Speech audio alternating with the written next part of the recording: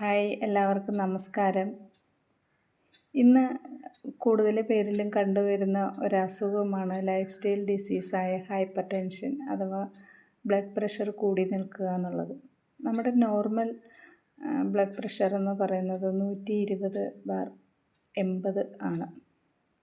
Systolic B P 120ഉം diastolic B P 80 എന്ന് കരുതി അത് കുറച്ച് കൂടുകയോ കുറഞ്ഞിരുന്നാലോ അത് ഒരുപാട് ഹൈപ്പർ ടെൻഷനാണെന്ന് ഒന്നും പറയേണ്ടുന്ന ആവശ്യമില്ല. ശരിക്കും ഹൈപ്പർ ടെൻഷൻ എന്ന് പറയുമ്പം 140/90 മുകളിൽ ബി പി വരുമ്പോഴാണ് ഹൈപ്പർ ടെൻഷൻ എന്ന് പറയുന്ന അവസ്ഥയിലേക്ക് പോകുന്നത്. ഈ അവസ്ഥയെ നമുക്ക് കൺട്രോൾ ചെയ്ത് കൊണ്ടുവരാനായിട്ട് പറ്റും. ചിലർക്ക് പ്രത്യേകിച്ച് ഒരു കാരണവും ഇല്ലാതെ ബി പി കൂടും. ചിലർക്ക് ഫാമിലി ഹിസ്റ്ററി ഉണ്ടാവും. എന്താണ് ഇതിന് റീസൺ എന്ന് ചോദിച്ചാൽ അതിനൊരു ഉത്തരവില്ല.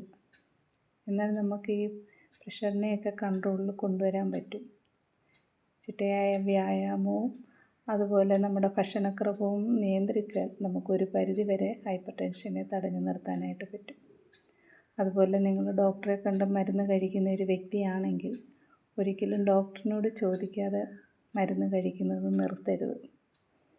കാരണം അതുമൂലം പല കോംപ്ലിക്കേഷൻസും ഉണ്ടാവും.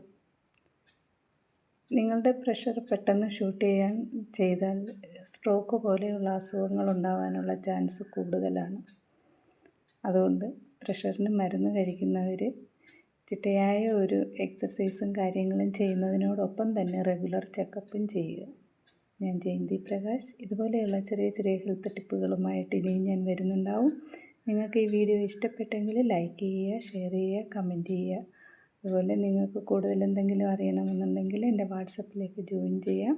ഞാൻ ലിങ്ക് താഴെ കൊടുക്കുന്നുണ്ടായിരിക്കും. Thank you.